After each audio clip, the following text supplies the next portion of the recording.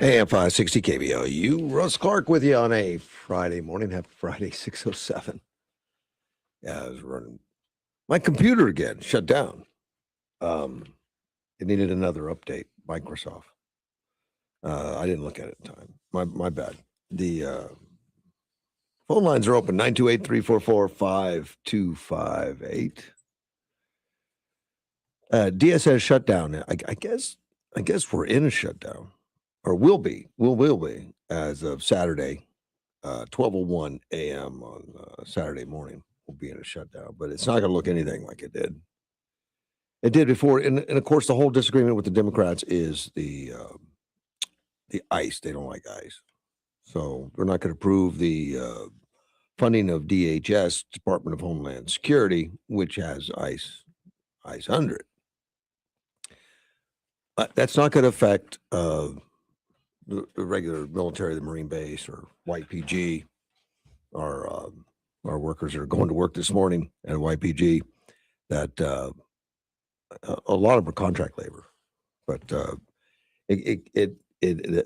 shutdown could affect them, but not this one. This one's not going to. It's only going to affect the DHS. Everything else is funded. In fact, I think it gave a number of 93%, 97% is roughly funded in the government till the end of the fiscal year, which is September 30th. And then I'm sure we're going to do it again. The Democrats are going to shut down. They don't like what Trump is doing. They don't like the Make America Great Again program, the chasing out illegals and criminals and all that kind of stuff. They don't like it. They want to protect the illegal alien population at all costs, whatever that is. Yeah, the latest on that was 14%. Only 14% are dangerous criminals. Well, that's not true. It's not true, and of course, it was never going to be just 14. It was never just going to be the criminals. That was the target list. But like Tom Homan said from day one, if he has to go to a residence or go to another place, a public place or something, and pick up, and they're surrounded, there's other people in there. All of them are going to get questioned, and if there's illegals there, they're going to get caught up. So he was asking the states, turn them over to us when you have them in custody, and don't make us go out to find them. It's dangerous for everybody. It's expensive.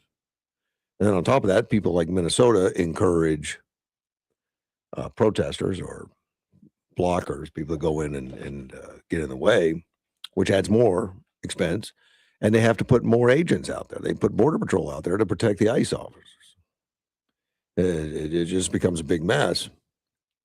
And of course, other people get caught up in it then. And then you have more arrests. There's more. But dangerous criminals are somewhere around 67, 70%.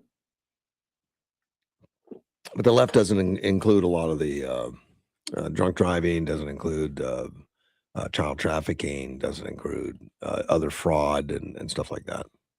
They get down to just murders or something. It's only and only if they're convicted in the United States. The CBS on their numbers, they didn't include people with murder convictions in other states, other countries. I mean, so they're not dangerous. Well, I would think they would be, and I think so did ICE. So that made the number for DHS somewhere around 67 to 70%. Dangerous criminals, and the others were caught up in it, which is the fault of the DHS is going to still deport them. They're still in the country illegal. It just wasn't. They were not targets originally. And they asked, DHS put out there that this will happen. To self-deport, get out of the country, let us know. Here's the program, and millions did. A couple million did. Just that. They got out of the way so that the dangerous criminals were gone first. The other Transportation Security Administration is going to be, that's TSA to you. TSA, the security for like 440 airports across the nation. It's going to affect them, this shutdown. The acting administrator, Han Eugene McNeil, told the lawmakers on Wednesday that around 95% of all TSA employees, which is about 61,000 people, are deemed essential and will be forced to work without pay, even in the shutdown. So we're going to get that going on. People working without pay. Coast Guard, same thing for them. They are under the DHS, Department of Homeland Security. They're not under the War Department. They're under Homeland Security. Well, according to the Coast Guard, this shutdown, which of course doesn't happen for another, I don't know, maybe 20 hours or so. That'll happen. Actually, 18 hours is going to be the shutdown. It's going to pause the training for pilots, training for air crews, boat crews, until the funding's restarted. It's according to Admiral Thomas Allen. He's the Coast Guard Vice Commandant. And he warned lawmakers, he says, look, we'll have to suspend all missions except those for national security or the protection of life and property. And it's going to result in the suspended pay for 56,000 active duty reserves and civilian personnel, which is going to negatively affect morale and recruitment efforts, of course. And I'm sure it does. Secret Service is under Department of Homeland Security, is also going to be affected. But obviously, they're critical, so it's going to largely be unaffected. 94% of the Secret Service people are going to be forced to work without pay because they're considered essential. You're not just going to tell the people guarding, like the president and other dignitaries and stuff, that, well, just go home and leave the president unprotected because Congress withdrew the money. No, they'll be essential. The deputy director, Matthew Quinn, also warned the shutdown would hurt the process being made to improve the service in the wake of the 24 assassination attempt against President Donald Trump. Assassination attempt on President Donald Trump's life brought forward hard truths for our agency in critical areas of improvement: airspace, security, communications, and IT infrastructure, hiring, retention, training, overarching technology improvements. We are today on the cusp of implementing generational change for our organization. A shutdown halts our reforms, undermines the momentum we have, including all of you have worked hard to build together. Of course, I mean, the Democrats are doing this to make a point. They don't like ICE. That's it. That is the beef. We don't like ICE. So we're going to punish America. Now, when it gets down to ICE, and that's the Immigration and Customs Enforcement, that they don't like. They call them jackbooted thugs, Nazis, criminals, stealing people in the middle of the night, kidnapping babies, whatever.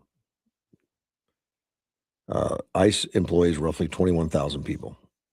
20 of them are deemed essential. I mean 20,000, not 20 people. 20,000 essential and must work without pay, according to DHS. Shutdown guidance issued in September of 25. Even though it's the center of Democrats' funding protests, ICE already received an injection of $75 billion over the course of 4 years from the Big Beautiful Bill Act.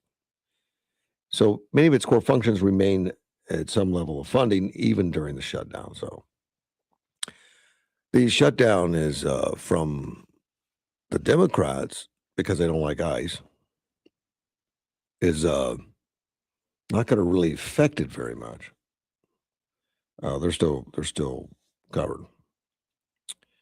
It will affect Cybersecurity and Infrastructure Security Agency, CISA.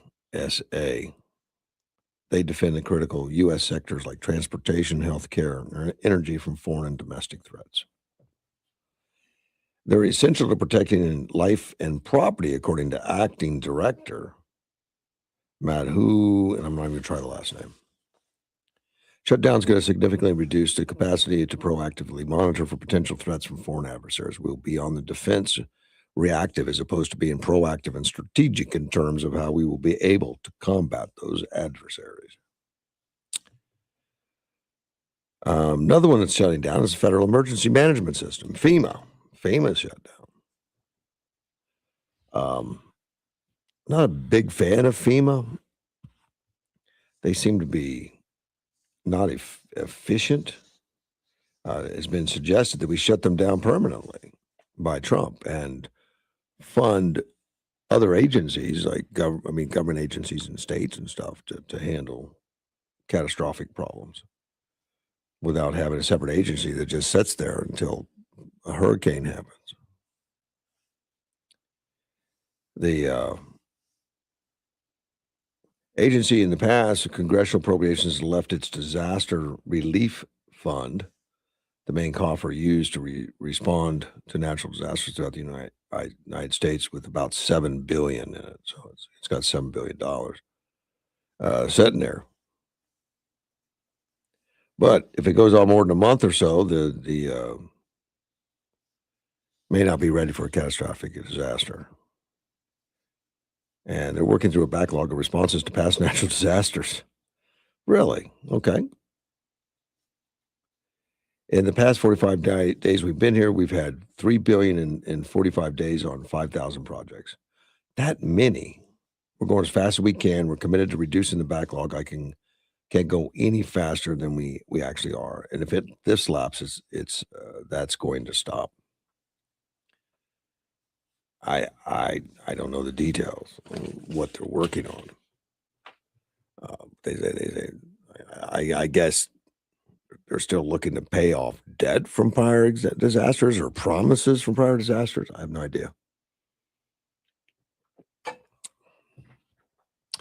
I think you heard this on the on the morning news this morning also, that the Obama era greenhouse gas rules are gone now. And I'm kind of glad about that. I didn't like it. They were driving the price of cars up as they kept tweaking the thing to make it more miles per gallon and stuff. Which was a lot of good in a lot of respects. I thank NASCAR for that.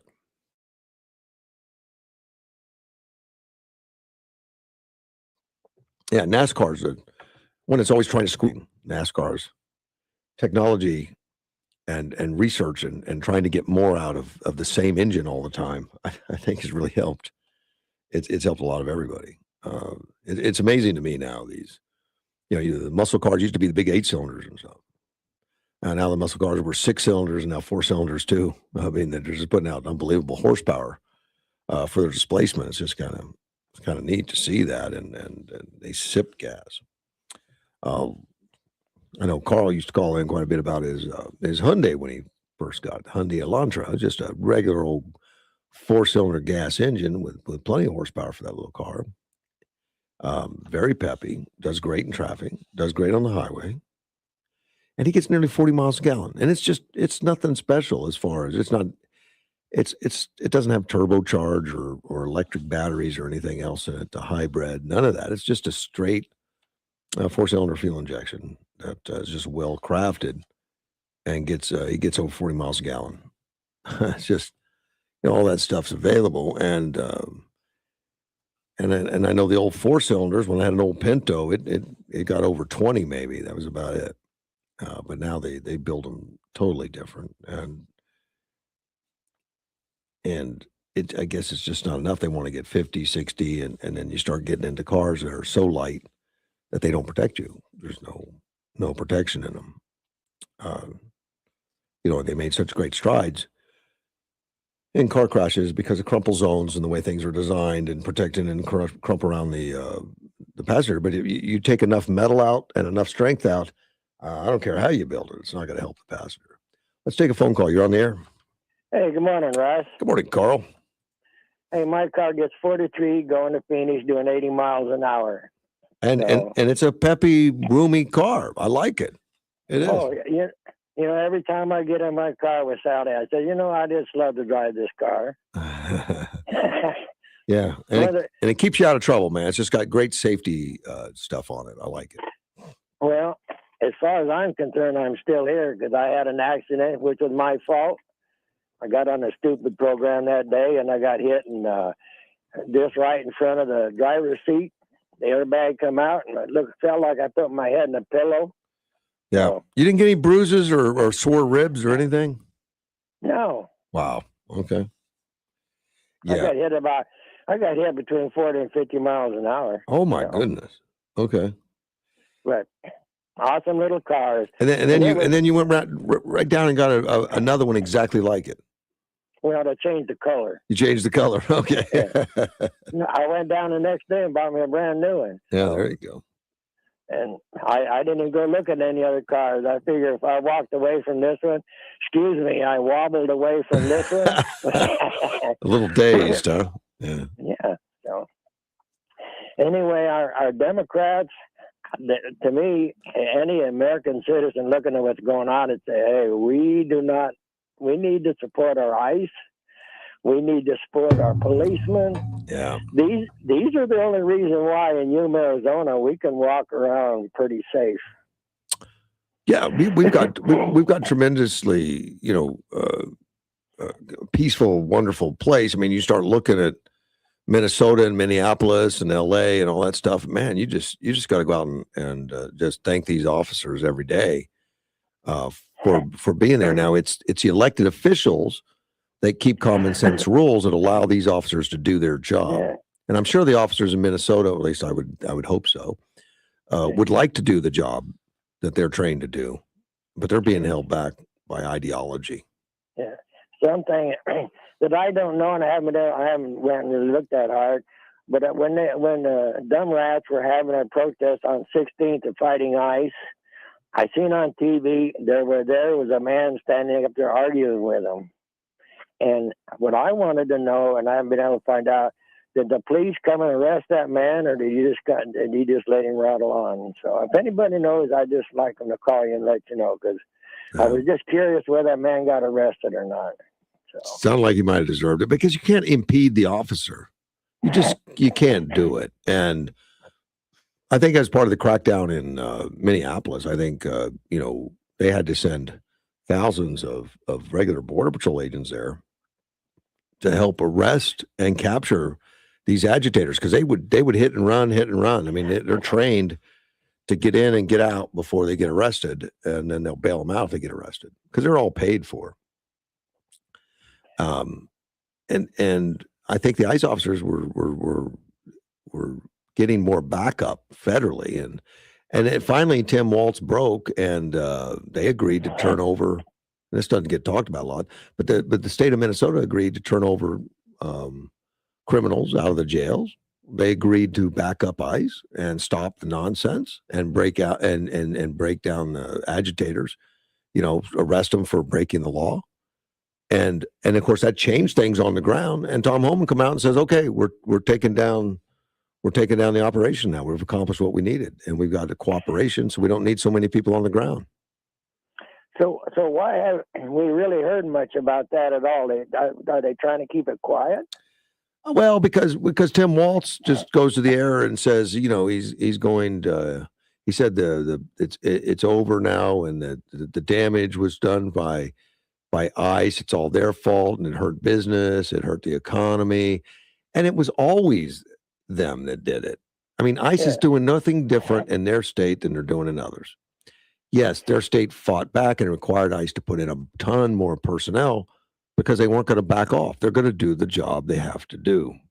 Yeah. And finally, Minnesota was just spending tons of their own money to harm their own residents, and now they're blaming that on ICE. And ICE is the one that's cleaning them up. Right.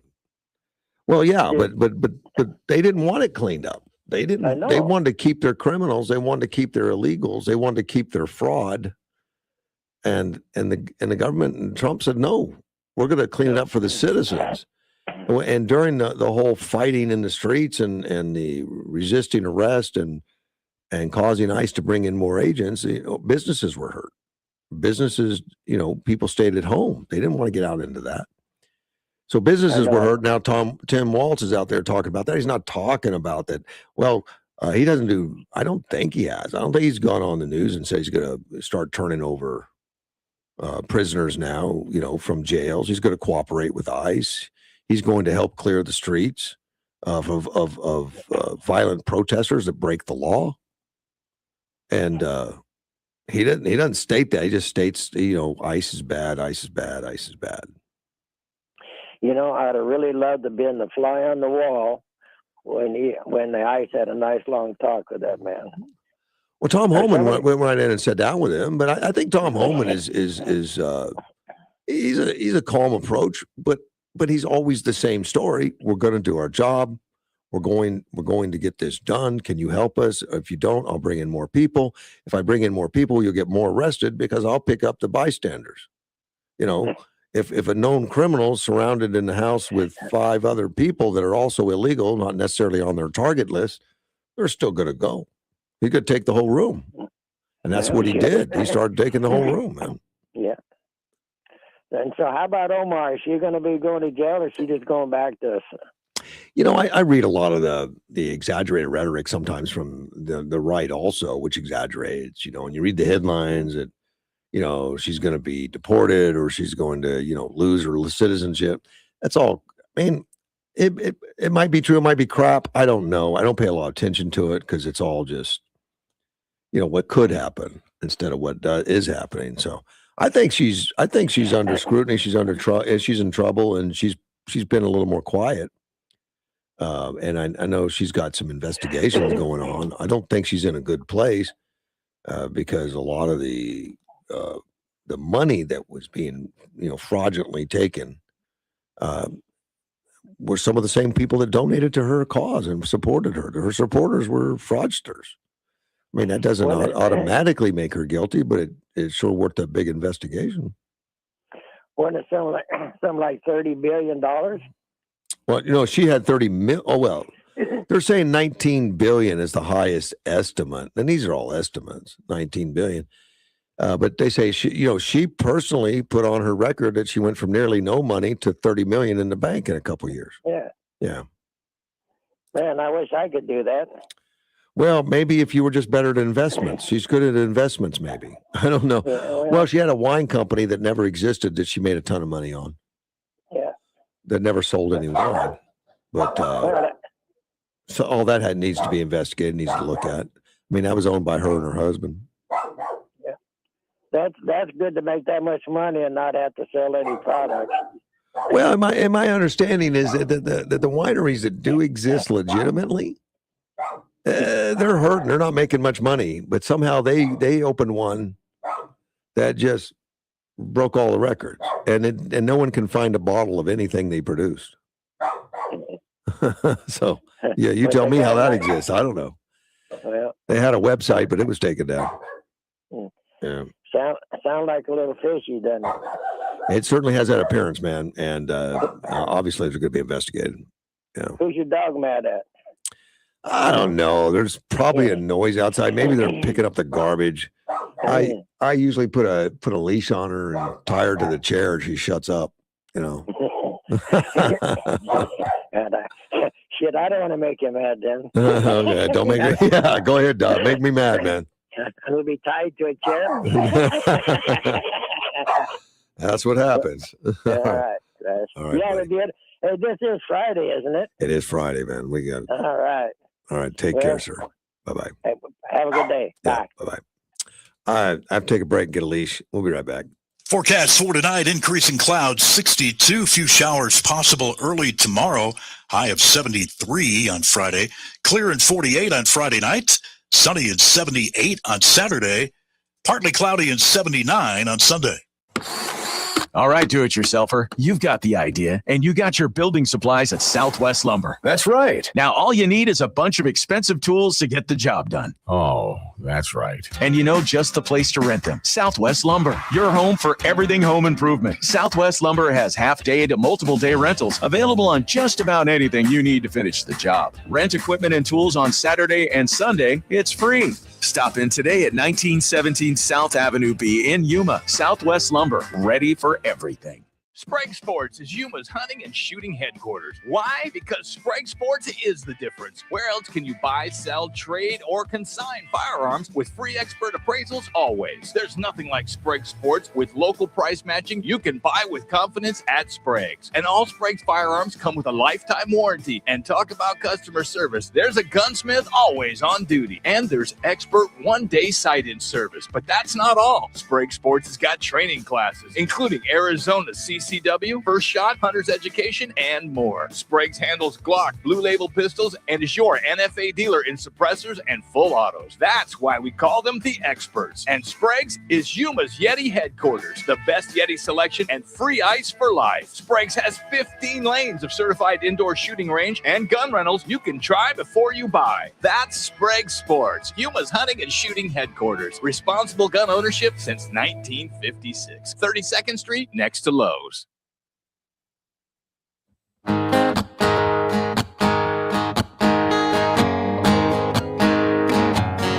There's a man. AM 560 KBLU. Russ Clark back with you on a Friday morning, 6:33. Phone lines are open, 928-344-5258. As I was talking about, the EPA is changing some of the regulatory stuff that Obama put in the 2009 Obama EPA endangerment finding. And they're trying to stop all greenhouse emissions, for climate change and all that, which probably doesn't exist like we're being told. In fact, I know Edward called in and talked about that research he's done on the data, that the data doesn't add up. And it actually, by redoing it, it looks like it's actually cooled in the last decade a little bit. I think it was half a degree or so. But anyway, getting rid of it, Zeldin, and Lee Zeldin is the administrator for the Environmental Protection Agency. He said, as I traveled across all 50 states this past year, I heard from countless Americans who not only dislike the motor vehicle start-stop feature, but passionately advocate for this mechanism to be a thing of the past. And I'm going to explain what that is right after this phone call. You're on the air. Well, good morning. How are you today? We're doing well. Good morning. Great. Hey, I heard the Two Pennies call in, and I was kind of hoping he would touch about something, but I know we're continuing to talk about, these kids that protested and what have you not, and how they shouldn't be allowed to. And, we always show good things and bad things, but something I'd like to share with you. You probably may know this, but more than likely don't. Young man out of San Luis High School. He's a student. He took Yuma County's water concerns straight to state lawmakers this last week. As Arizona faces growing uncertainty about the future of the Colorado River, on Wednesday, February 11, Junior Figueroa traveled from San Luis to the Arizona State Capitol with Rural Arizona Engagement, also known as RAISE, to speak during Environmental Day, an annual event organized by the Sierra Club focused on Arizona's environmental and water future.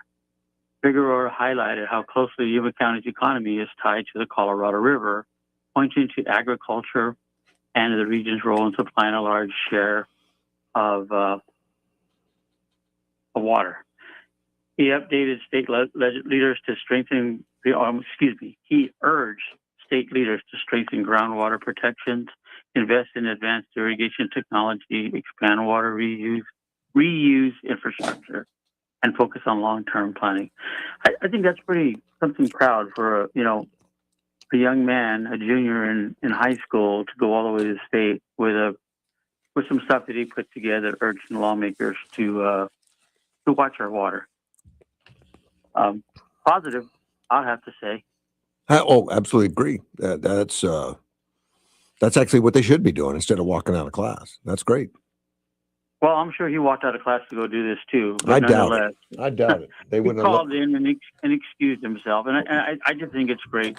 Yeah. But remember, be careful how we point our fingers at these youngsters. They are individuals, and they are intelligent and smart. Like Carl claims to say, they're not all that smart. Well, if we don't point our finger at some of the missteps, then they'll continue to make them. So we need to share our knowledge and experience with them at the same time, my friend. We have idiots. We have idiots in Congress and state level and federal level and local levels that we share our stuff, and they're still just as stupid as ever. Well, perhaps somebody should have pointed a finger at them when they were younger, and they would have grown up a little better. Well, maybe they had to point the finger and yank them out of where they're at. Yeah. Instead of all of us paying the price. But anyways, I just thought that was interesting. All right, man. I know. I agree with you.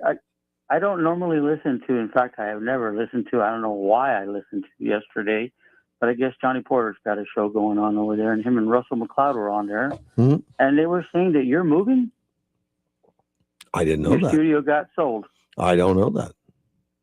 Well, they must know something that you don't, but they were saying that you were moving. I'm gonna have to give them a call.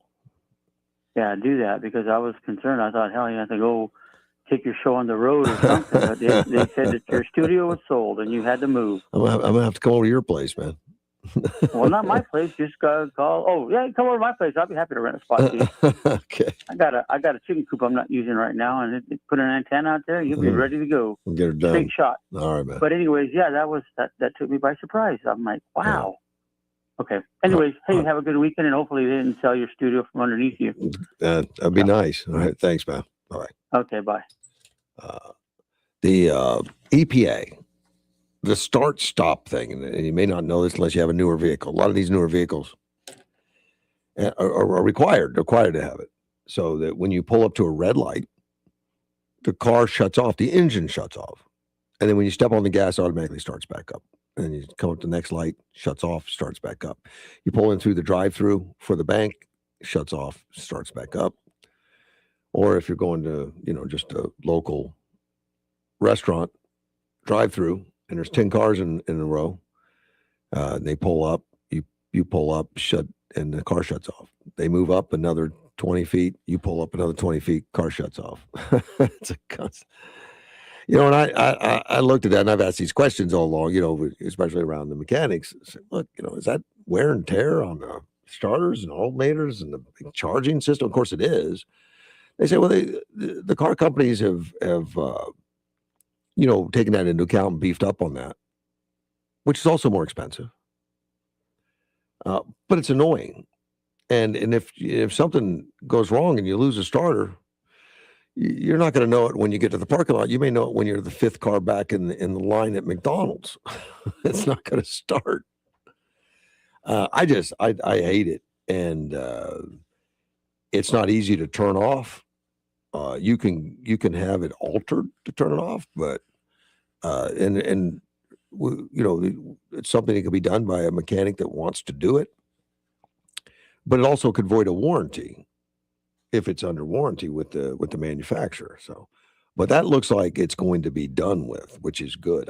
I've never liked it, and it's never been proven to save an ounce of gas. It's never been proven to save anything. It's just an idea somebody had. Let's take a phone call. You're on the air. Hey, Russ, what the heck's going on, Man, clown? I wish we knew. Yeah, well, let me tell you something. I gave myself a break yesterday, and I listened to very little news. Well, good. And I watched the Olympics. That was very good. I've been doing that myself, actually. Did you watch the skateboarders yesterday, the women's skateboarders?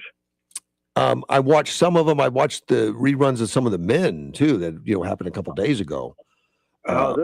We watched the gold medal winners yesterday. Yeah. And I'm going to tell you something, Russ. Them guys got more wobbles than I could possibly ever think about. And I'm talking about the women. They got some balance, man. They do. They got some guts. Yeah. But U.S. took silver. China took gold. And I think Japan took bronze. Now, there's a lot of different boarding events, from racing to half pipes and all that other stuff. But yeah, these were, I guess, they go from one side to the other. Yeah, the pipe thing. Yeah. I like those. They just shoot up in the air and then back down and shoot up in the air. Yeah, back and forth. When you talk about someone shooting up there 11 feet up in the air and coming down, yeah. And then they do a double and a half type flip in the air and with a twist and come down. Oh, Gilbert, I think you could do that as long as we had traction ready for you after the event. We could put you in the hospital for a week. Yes, but I just want to say the United States is doing well. Yeah. If they stay out of the politics, that's great, because all that does is make me think, hey, dude, you know what? When they talk trash about America, when they're in a foreign land, it sort of reminds me of the Dixie Chicks. Exactly like that. Exactly like that. It sort of reminds me of Traitor to Us, Jane Fonda. Yeah, there's only been, I think, 3 of them or something that decided to show their butt. One of them was a guy named Hunter. Yeah, and one girl is backtracking what she said. Yeah. Hunter's kind of half backtracking. You know, he said he has mixed emotions about supporting America, but he's doing it for his friends and family. Well, no, you got the American flag, not the friends and family flag on your shoulder. Yeah, then that one girl, she had pride flag. Oh my! Around. Yeah. Another problem. But you know, in one of her interviews, she talked about was it gay queer or queer gay? Anyway, queers. And I'm going, wow. Okay, if that's going to be your legacy. Is that her? Is that Breezy? Is that the one that's doing that? One of them, yeah. But for me, you know, a man asked me a long time ago when I was riding my bike a lot. He was a mechanic, great man. And he goes, Gil, what's going to be your legacy? I was, 20, 28, 29? Uh-huh. And I looked and I'm going, oh, no. Well, of course. Survive this mess, I guess. Of course. But it's a great question.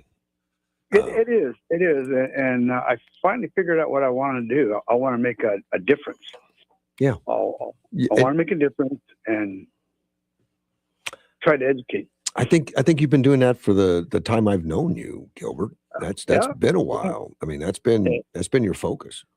Yeah, it has, and you know, the motorcycle community, I've done a lot. You know, I've done a lot in politics, and I guess that's going to be my legacy. That I try to make a difference. What? You know, I'm just a little speck of sand. Well, you know what I'm saying. I know, but you know, it was even Jesus that said the things that he does, we can all do. You know? Yep. He didn't hesitate to say we're more capable than we think. And you've certainly been that, but you're right. It's been a lot of venues, hasn't it? It's been political. It's been motorcycle. It's been helping neighbors, friends, helping the poor, helping with the those organizations for those yard sales, all that kind of stuff. Yeah. Oh yeah. But you know, that's all good. You know, I feel good about it. Mm-hmm. But you know, what we need to think about now, I was surprised. I read about it and I didn't think too much about it. Then all of a sudden we're told the primaries are going to be in July. Yeah. Yeah, they moved it a month. Yeah. We got a lot of stuff to do, and do we have a reason for that, Russ? Yeah, but I can't remember what it was now. I'll have to look it up again. Yeah, I don't remember reading it. Yeah, I really don't. It was maybe because I've been focused around the house a lot, but yeah, I read it on the air the other day, but for the life of me, I can't. It's not springing into my head and why they did it, but they did it. Yeah, it's moved. Yeah. It's been moved. Yeah, there's a lot of action going around in Yuma too. There's a lot of politics going on right now. We got city council, we got the mayor, we got a lot of stuff going on. So we got to pay attention to our own backyard, plus the state. And Robeson she decided to get out of the governor's race. She suspended it. Now suspending, leaves the door open that I could jump back in if I need to, but to suspend it at this point is kind of hard to come back from. I mean, right now is the attention it's getting is spooling up, not down. So just when the attention's spooling up, she's gonna get suspend. That's kind of. So I have no idea. Running against Biggs. Is Biggs our only? No, we got more. Oh, okay. There's more, but there's Biggs and Robeson were the two top. Right. That's what I thought. So I would assume, I'd assume this strengthens Biggs, but I don't know. Maybe they were not. Maybe they were with Robeson because they didn't like Biggs. I don't know. We'll have to take a look at the polling and see where it goes. But I think that strengthens Biggs a lot. Oh yeah. But Schwaggert's in there too, I think, and there's others.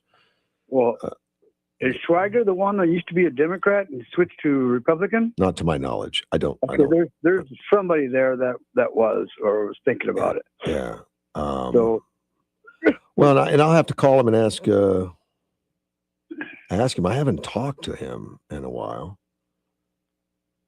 Right, but Yuma city, people of Yuma, you conservatives, you independents, you Democrats, you all need to get together because we're going with what's happening with California. And a lot of Californians are leaving, and they're bringing their politics to Arizona. Yeah.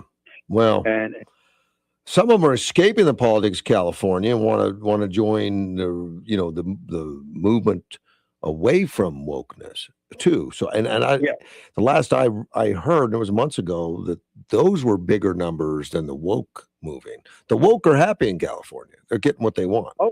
Oh yeah. But they're also starting to get slammed by a lot of people. The movie stars aren't as effective as they used to be. They're still effective, but not as effective. They're shunning the Sean Penns, the Robert De Niro's.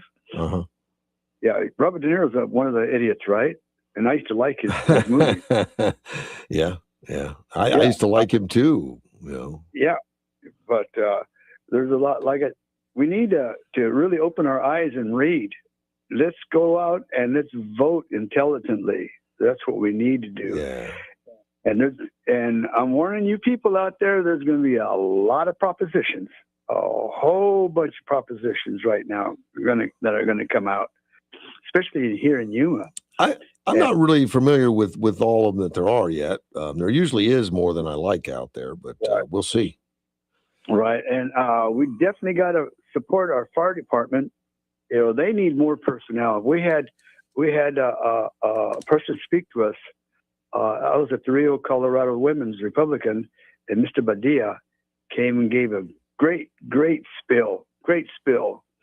And I'm shocked of the lack of personnel that we have here in Yuma. Yeah. And they're trying to push, awareness. And I was shocked that we're not really covered. There could be a lack of times of emergency calls, and there won't be anybody to go there, or lack of personnel, I should say. Mm-hmm. So that's what we need to pay attention on that stuff here in Yuma, and of course the state. But I've spoken up. I've talked enough this morning, Russ. So you have. Hey, you too, bud, my friend. I appreciate the call. Hey, what's this about you leaving? I don't know. I just heard that just now. I go, what the hell's going on? There's been some rumors out there, but I don't know of that happening at this point. It's not my plans. Yeah, I bet. Okay. All right, man. Good luck to you. All right, buddy. Bye-bye. I'll be right back. AM 560. This is as real as it gets. Get up, get kids up, feed the dog, feed the kids, out the door, work, pick up kids, dinner, bath, bed, repeat. You strive all day to make life better for them. So why not make life better for you? Get strive-free checking at Avenir Financial. No frills, no fuss, no monthly fee. Open a strive-free checking today at avenirfinancial.org. Certain restrictions apply. Federally insured by NCUA. Crime is already skyrocketing in 2026. Now, you may already own a firearm, but before you face the financial, the legal, the emotional weight of pulling that trigger, there is new technology, a smarter option. It's non-lethal. BYRNA.com. Berta makes less lethal launchers. It fires tear gas, pepper spray, kinetic rounds. It is designed to stop an attacker for up to 40 minutes.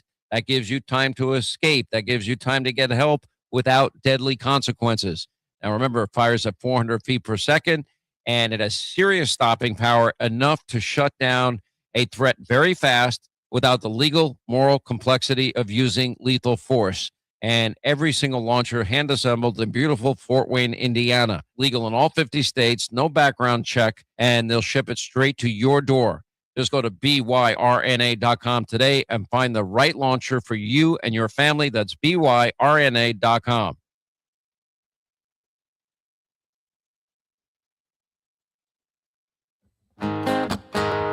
AM 60 KPLU, Russ Clark with you. Phone lines are open, 928-344-5258.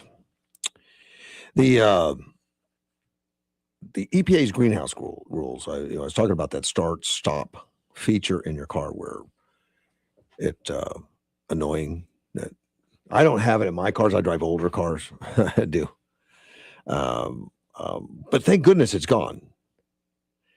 As well as other things with the EPA restrictions on gasoline and all that. And Sean Duffy, the transportation secretary, added in a statement, resetting of mileage standards and removal. And I know I've got a phone call. Just hold on a second. Removal of auto starts and other greenhouse gas regulations, precipitated regulations as part of Donald Trump's vision to lower costs and revitalize manufacturing. And they're saying it's going to remove a lot of the costs it has already, and it's going to bring the cost of the cars down. Let's take a phone call. You're on the air. Morning, Russ. This is Ken, and this is a subject I want to talk to you about. Okay. I've owned a lot of cars lately that had stop-start. I hate that feature. Oh, man, I do too. I hate it. Now, a couple I've had, you can turn it off. In some manufacturers, you can't. But in many of those cars, it requires a second battery. Oh, I didn't even know that. Yeah. Yeah, there's some of the earlier stop-starts had two batteries, one for the start-stop system and one for regular functions in the vehicle. But the other one is this stupid DEF, diesel exhaust fluid. Absolutely killing cars, killing trucks. Waste. Yeah. They've got it set. If the DEF gets low and the emissions go up at least a little bit, the computer shuts it into limp mode. Right. Limp mode means it goes about 15 miles an hour to get you to some place where you can either get the fluid or get it repaired. Now, the repairs are unsightly if it's a clogged filter. Well, you know what happens in some cases, people who don't use that vehicle frequently or forget, pour the DEF in the fuel tank, in the diesel tank. Well, and that is a huge expense to fix. Or vice versa. If you put diesel into the DEF, that whole system, piping, everything comes out. And it's thousands and thousands of dollars. Yeah. Well, I don't know if I don't know if you can get the diesel nozzle in the DEF, but you can get the DEF into the diesel. I'm not sure. I've known it to be both ways because we've had to repair it. Yeah. I know of. I know it happens because I know people that have to. But this nonsense that a diesel truck is going to get 35 miles to a gallon by a certain date, 2030. That's nonsense. You can strap it down where it would get that, but it couldn't pull 500 pounds of lettuce down the road. Which is the reason we get diesel, because the diesel trucks are the ones like the motorhomes and all the guys that have those fifth wheels. You're using diesel for the power. You have to take the power away to get the mileage down to up to 35. Can you imagine what a savings it would be for this country to get rid of all that nonsense back where you could get decent mileage? And because these engines are futuristic enough that they could raise the mileage without hardly any additional emissions, with diesel, clean diesel, and so forth. Oh, absolutely. This is all a big sham. Now, when Trump says that the feds are going to back off the rules on these vehicles now, that doesn't avoid you from civil. The states can come back and say, well, we're just if you mess with the emissions on a diesel truck, we're gonna sue you. So I don't know if the federal would supersede the state. But that's all up in the air and changing quickly, and it's confusing and something you want to be careful of, because there are people that have taken the DEF systems out. And what happens is, when you do that, the gas mileage or the fuel mileage increases greatly. The engines run cooler, and they're going to last longer. Well, I read one the other day. We're up in the Northeast with the temperature down way below zero, the 5 to 10 to 15 degrees below zero. The DEF freezes. I didn't know that. Well, because I'm not around it, but yeah. Yeah, the DEF freezes in the diesel tank. Oh, man. That's a nice feature. I don't know whose idea the DEF was, but what a ridiculous, expensive. We've had to repair trucks where they let the filters get clogged because the drivers aren't paying attention. And it could be $7,000-8,000. And, you start getting into these bigger ones like tractors and stuff, like farm tractors. It could be $20,000 just to fix them. This nonsense started in California. and they put so much pressure on the manufacturers that, hey, we had to go to this DEF thing to get around it, and it's just nonsense. Well, and if you take a DEF system off, and the federal government finds out, I mean, there's fines, and they'll you'll take that vehicle off the road. Well, if you go in the dealership and you removed the DEF system, you lost your warranty. Right. Oh, absolutely. Yeah, you can't play with a car under warranty with any of that stuff. And if you do play with it out of warranty, there's potential for government fines depending on states and where you're at. Well, see, that's where the federal government kind of put the word out. Well, yeah, we're going to kind of turn a blind eye to if you mess with it, but that's not going to satisfy the manufacturer or the local states. So. No. Interesting issue, though. But stop start. I got a rental car. I had a rental car back east, and it had a stupid. I got about 15 miles down the road. I went back to the rental car and said, "Get me a car that I can turn the start off." I think you could early on turn them off. You can't anymore on most of them. I mean, you can buy aftermarket workarounds. That's an electronic change.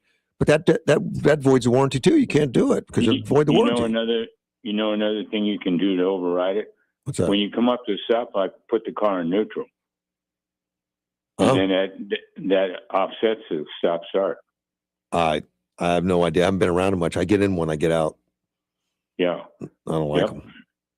All right, have a good one. Appreciate it, Ken. Thank you, sir. Bye. With that, I need to take a break. I'm out of time. AM 560 KBLU.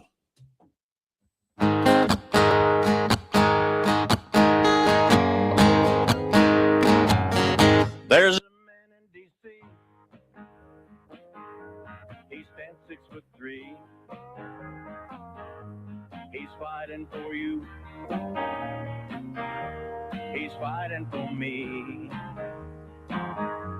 He'll drain that old swamp. This is News Talk 560 KBLU, Yuma.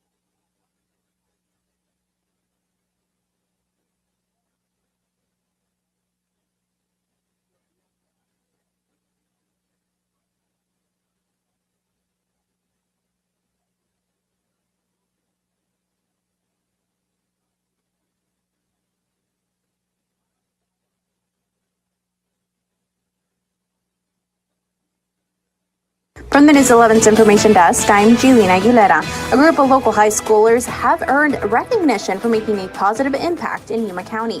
Cova High School's HOSA, or Future Health Professionals team, earned a first-place finish at the Southern Arizona Regional Leadership Conference in the Community Awareness event. Their initiative, Beyond the Harvest, focuses on pesticide awareness for farmers and citizens and overall agricultural health. The group will now expand to their initiative for the state competition in April. Plus, looking for financial aid at AWC will listen up.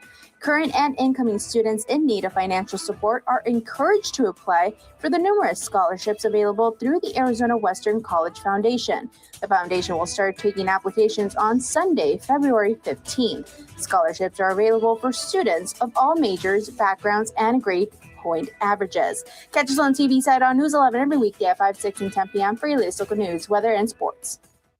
This is as real as it gets. Get up, get kids up, feed the dog, feed the kids, out the door, work, pick up kids, dinner, bath, bed, repeat. You strive all day to make life better for them. So why not make life better for you? Get strive-free checking at Avenir Financial. No frills, no fuss, no monthly fee. Open a strive-free checking today at avenirfinancial.org. Certain restrictions apply. Federally insured by NCUA.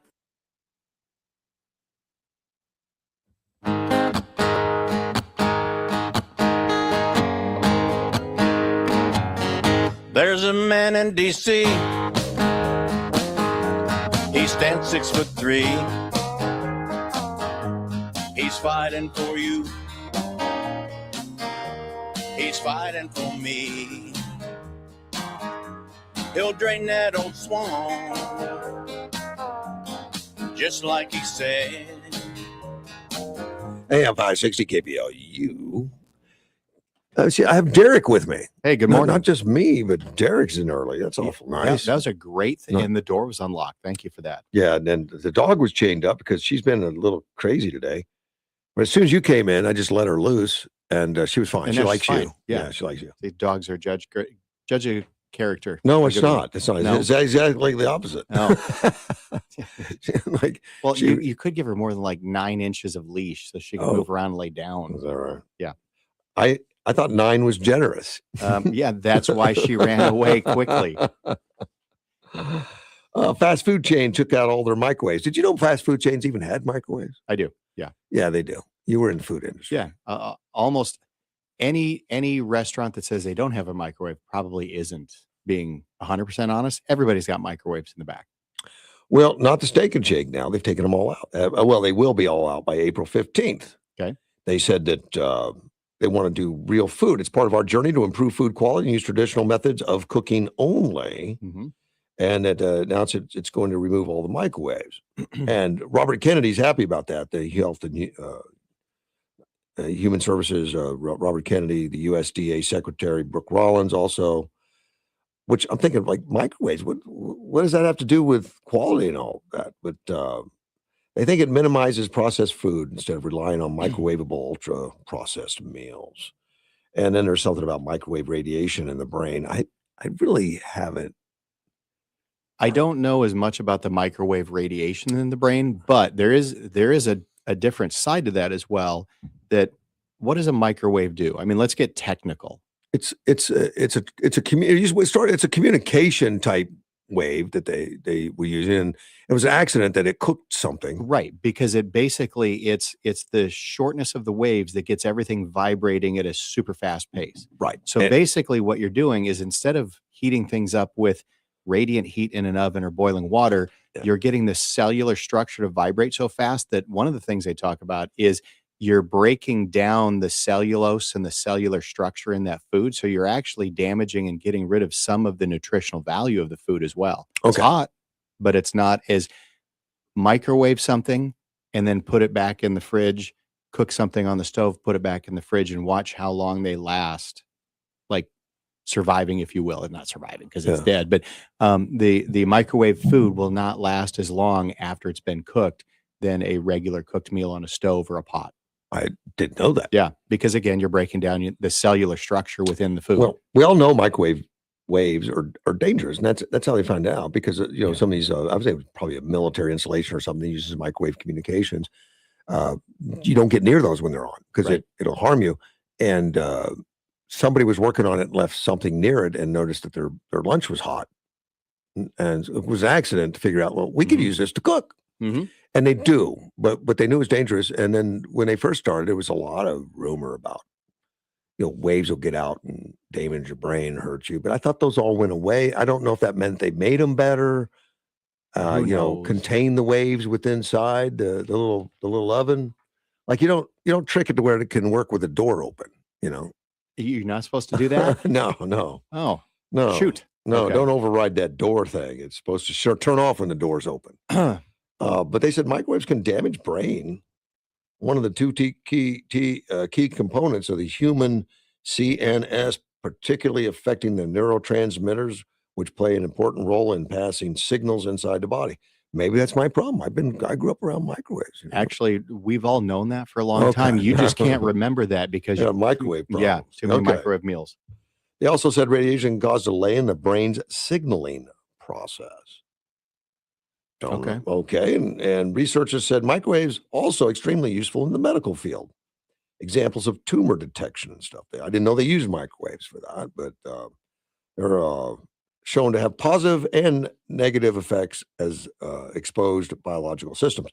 Okay, positive in the hospital, negative in the kitchen, is what I'm reading. Sounds like measured in specific use. How about that? Maybe. And then there was one restaurant owner that said it's good to get rid of them because we should use traditional. That's Andrew Gould. He's a California chef, apparently famous. He says we shouldn't be using microwaves in restaurants. But he says he has one. He says staff uses it for food. Sometimes good for melting chocolate. Yeah, I don't think he's wrong. It's what? But last year, Steak and Shake transitioned. They were the ones that transitioned. A different transition than we've been hearing lately. Yeah. A lot about it's a transition from using peanut oils and stuff to cook French fries to beef tallow. Okay, eliminating all seed oils. Good in the restaurants, and that's something that Kennedy's been.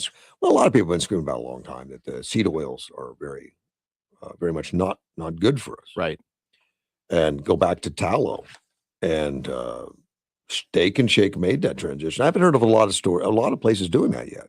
I've not heard that as often as that. But again, you go back to microwaves. Walk into any restaurant, and again, fast food. Fast food is easy to see the kitchen. Regular restaurants not as much, but you can see the microwave right from the. I've register. seen it in Burger King stuff. They pop something in there to keep it warm or something. Yeah, I see it all the time. So that'll be interesting to see how Steak and Shake does that. What's the process to keep everything warm? We don't have any in Arizona, do we? Do we do Steak and Shakes in Arizona? I think there's. I can't remember the last one I've seen anywhere.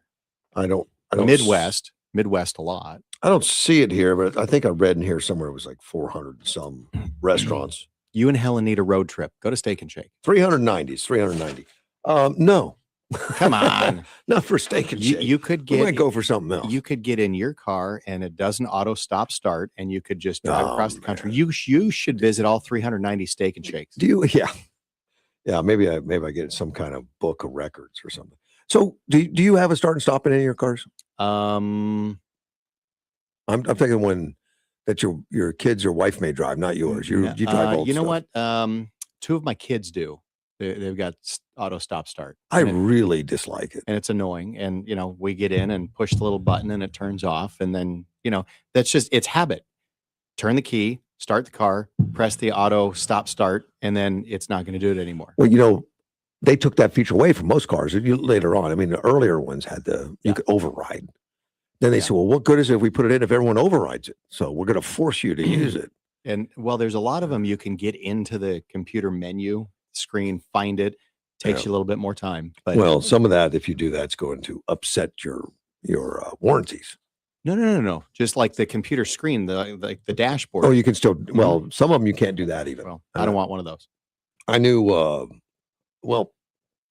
I think the government's made the manufacturers start doing this. It wasn't their decision. I mean, that's just more for them to worry about. Why would they want to do that? Yeah. And I think it was Hyundai was one I was looking at. Somebody bought a Hyundai and wanted us to turn it off, and we researched it, and they had actually locked it on. There was no way Really to turn it off, but you could buy an aftermarket thing that can trick it and bypass it, but then you bypass the warranty. Interesting. And that's tough. That's not easy. You don't want So to do that. from a fuel perspective, yeah, it may save little fuel, but I'm asking you as an automotive repair engineer, Mhm. does that not start to damage your starter? Does it cause more wear and tear on the engine? Of course. Okay. Starters wear out. They don't Right.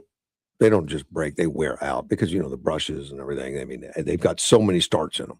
And generally they're well made to where that's going to be a lot. You're not going to worry about replacing them every year or anything, but if you auto stop starts 10 more times a day Well, or then- 20 more times a day, you're shortening that lifespan. my understanding is, and I've talked about that before to others. They said no, they've made the starters to where they're even heavier duty to be able to compensate for that. But then you're actually adding more expense to the car, to do that. And Ken called just a few minutes ago, and he's a car nut. He said some of the models have 2 batteries to compensate too, because it's so much wear and tear on the electrical system. Interesting. Now, which again, here in Yuma, Arizona, how often do the batteries go out? Once every 2 years? Or 3, maybe, if you're lucky. So now you're going to replace not one, but two $200 batteries twice, Oh, they're still only 200? I think I they're don't more sometimes. They're expensive. You could tell me. Hey, look, when I owned Napa Auto Parts, I used to advertise batteries for like $29.99 or $19.99. And I'd sell them to you for $29.99, give you a $10 rebate. Mm-hmm. And I did that all day. And I had people calling me saying, you can't be making money on that. You should stop. I mean, other auto dealers, auto parts guys said I should stop it so we can all make money on them again, But I sold so many batteries, and I couldn't do it because I bought such bulk and batteries. Mm-hmm. But it was only on the very low end of battery. I mean, only 10%, 5% of my battery sales were those. I mean, Right. most people didn't want that in the long run. They wanted, but they still got the $10 rebate. It didn't matter. They got that anyway, whether they did or didn't. But I used to sell 1,000 batteries a month. Holy smokes. So again, you go back to, if we're doing auto stop starts, you're saying the battery industry sells more, the automotive industry has Yeah. more wear and tear, Yeah. but we as a consumer saving a little bit on our fuel economy. And that's not even been proven. If, yeah. That has not been proven. I know. If. It was a theory. I don't know that they ever put it to the test. So while you're driving around going to all 390 Steak and Shakes, get a car that auto stop starts, and let's see if you can Look, prove that. I would be willing to bet it depends on how you drive your car. If you're driving in a lot of congested traffic, I'd be willing to bet you it's going to lose money because it's going to be off for 2 seconds and have to restart it and do a little surge to start and off and then surge to start. Like if you're in a line of 20 cars at the drive-through at McDonald's Mhm. and it stops every 20 feet, but are you really going to get better mileage than if you just No. idled? No, No. you're not going to get better mileage. So I think it depends on the usage as much as anything. If you do highway miles and you get to stop at the end of that once or twice, yeah, you might save a thimble full a year. But is it worth all that? No, it never, it's always bugged me. Yeah. The USS Ford, that is one of our newer aircraft carriers. Mhm. It's supposed to have things on there that we don't even know about, stuff, capabilities we don't know. That was the one that went to the Caribbean there for Venezuela was out there. But now they're moving it back to the Middle East to join the Abraham Lincoln aircraft carrier and 3 other missile destroyers outside Iran. There's some saber rattling going on there and a lot of muscle showing. I don't think there's any more muscle on the sea than the Ford. No, That's the biggest muscle on the sea. to my knowledge. Yeah. yes. I mean, you and I would never actually know if there's anything under the sea that has more muscle, but Oh, no, that's another story. Yeah. There's things under there we don't even know what it is. there you go. We've got drones that we don't even know about. We know they're there. We don't know a lot about them. Yeah. The drones, these submarines have fleets of drones apparently, or have the capability of it to have underwater drones. I mean, we can see the ones in the air all the time. We talk about them. That's what I'm saying. It's very easy to see, okay, here's the aircraft carrier coming in, but there could be 12 other, subs underneath. The sneaky guys. that you and I with a camera just aren't going to see. They probably went underwater, 2 months ago. Yeah. They don't have to come up. No, that's what I'm saying. So it's interesting. You see the visible things going that direction. What is invisible that's already there? Well, on Thursday, that was yesterday, Trump warned Iran that failure to reach a deal with the U.S. regarding its nuclear program will be very traumatic. I don't know what traumatic means in this case, but it doesn't sound like it's going to be a positive for Iran. And Iran's already been really, really struck. I mean, when they took out they already took out their nuclear facilities. Mm-hmm. The problem is they said, we don't care, we're going to rebuild them. And there's some indication that that's really happening. Now, they can't rebuild it overnight, but the fact that they're even doing it is going to maybe cause them a problem. So do you see any of the pictures? When the original bombing happened, there's pictures released. Here's, proof of concept, proof of success. Yeah. I haven't seen anything after that. Have you? No, I haven't paid a lot of attention, but I know right at that time when Iran was bombed and from the air, you could see the satellite pictures. There were so many, anti-Trumpers, and it just annoys me. I mean, it's to the point where it's a nuisance.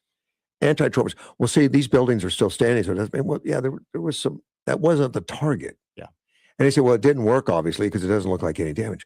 Because it was underground, and then they had to come out and explain it more in detail on how these underground raids worked, on how these bombs penetrate. So the idea was not to hurt anyone else around it. Well, it wouldn't have done any good to do an air blast because the facility's underground, like 400 feet or something, 500 feet under rock. Yeah. You could blast on top for days and not get there. These things actually penetrated the ground and then blew up. And then another one went down the same hole, penetrated, and blew up. Pretty precise stuff.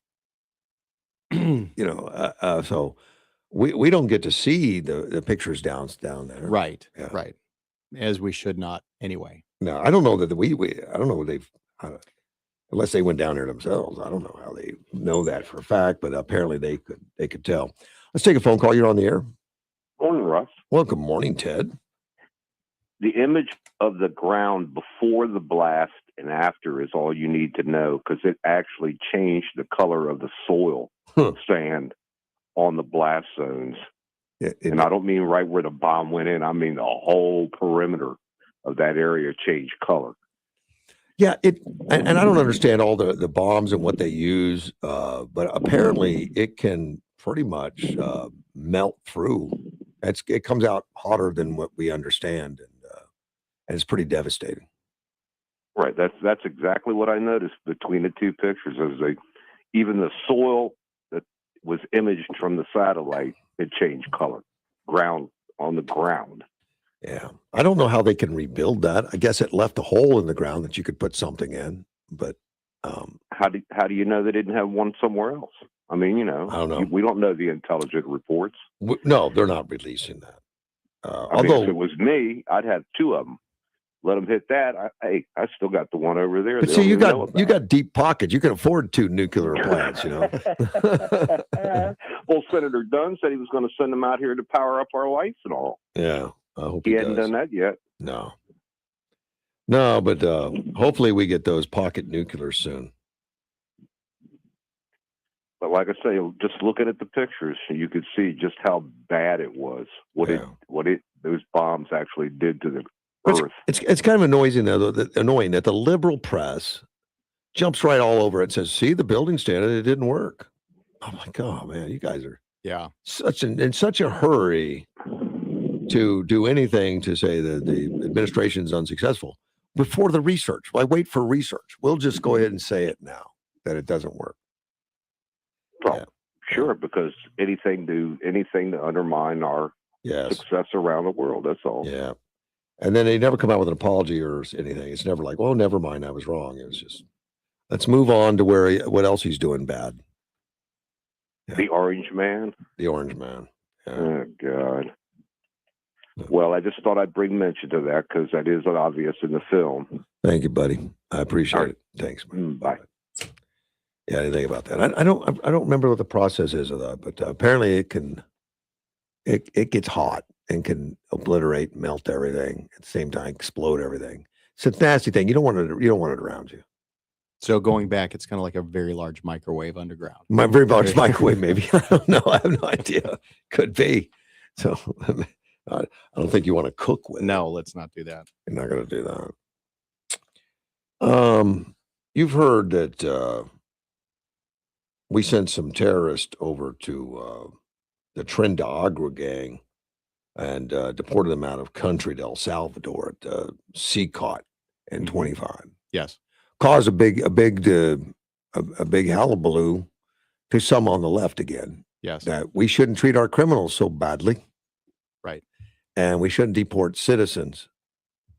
Of course, they're not citizens. Right. These are, and that's the problem. They're here illegal and have ties to the terrorist gang, Trinidad Agua. Well, the U.S. District Judge James Boasberg has been in the news because he's been a go-to for the again. Yeah. He's a go-to for the Democrats, for the Maryland man and all that kind of stuff, where, this poor Trinidad Agua guy's misunderstood. He's really a good dad, even though he's only had restraining orders once for beating his wife. So he's not a bad guy. And he's trafficked with a lot of illegals, but he's basically a Maryland man, and you shouldn't deport him without due process. Of course, he got due process, but not the due process they wanted. Right. So my understanding is now the order is they all need to come back. All of them, 137. And that judge has ordered the DOJ that I think it was March 13th, March 15th, that he needs an update. Yeah, March the 25th. I didn't get the exact. Oh no, I'm sorry. That was March 25. Is when they took him out. I guess he wants an update. Well, he's always wanted updates, and he's asked for updates on other things before, and he gets shot down by superior courts. Yeah. He definitely. I mean, he's definitely a go-to for political reasons that he's going to side with him. But he's been butting heads with Trump since the very start of it. And he stipulated his ruling is that the government pay for the migrants airfare back to the U.S. I mean, taxpayers, of course. And he says it's unclear why plaintiffs should bear the financial cost of their return in such instance. The situation would never have arisen had the government simply afforded plaintiffs their constitutional rights before initially deporting them. Well, they had their constitutional rights. I mean, they're not citizens, but they were given orders of deportation legally according to the programs and the rights and everything else. But he wants them to be treated differently, like a citizen instead of an illegal citizen. Right. And I guess that saga is going to continue for a long time. And I don't see that happening anytime soon. Tricia McLaughlin, the DHS assistant secretary, she made a response to the ruling. And he said, look, nothing has changed. In addition to being in our country illegally, these aliens are foreign terrorists designated as alien enemies by the president. They were removed under the proper legal authorities. This case is no longer about the facts or law, but about Judge Boasberg's crusade to stop President Trump from doing the will of the American people. He has been shut down by appellate courts again and again on this case. That doesn't matter. He still got the next day to open up something else. Yeah. And it's come up quite a bit from people on the right. Like, look, why impeach this guy? Get rid of him. He's just anti-Trump. It's not. He's getting overturned on everything. And go back to that. If you're saying, and let's just talk about logic facts, which I know most people don't like, but if that individual was here illegally, didn't go through the process to become a citizen, didn't follow the rules of whatever paperwork they may or may not have gotten or been given, then this is the result. Right. You have to leave. Whether you like the process or not, whether you like the visibility of it or not, that's still the result of the laws we have on the books. Now, right, that's the way it's set up in the laws on the books. You're exactly right. And that's the due process, is to follow the laws on the books. And that's exactly what they've done. And there's the thing that it would be nice if we get back to, hey, everybody, let's read the laws on the books and let's actually have a logical discussion of what's here, follow Yeah. the law. And if you don't like it, change the law first, then go become an activist. But what we're used to on other things, other laws on citizens and stuff like that, you can appeal it and appeal it and appeal it and appeal it. You can't do that on this. Because you're not a citizen. No, you're not a citizen, and the laws are that once you get that order of deportation, you're gone. It's not up for appeal while you're standing in the United States. It's up for, you can go outside the United States, go where you're going and appeal it. But it's interesting. It got back to that, Judge. How does all of this get back to that? It's because it's intentional, because they know he's sympathetic. He doesn't like Trump. He doesn't like having illegals taken out of the country, whether they're criminal, whatever they're doing, doesn't matter. If they're members of Trendagra, it doesn't matter. He doesn't want it to happen without what he considers due process. Yeah. Versus the due process that's on the books. That's in the law books. Yes. I know. Well, the 32 other, it goes through a lot of these people and how much they've been arrested and all that kind of stuff and how many convictions they've had. But that doesn't matter. Doesn't matter. He doesn't want, he wants them back.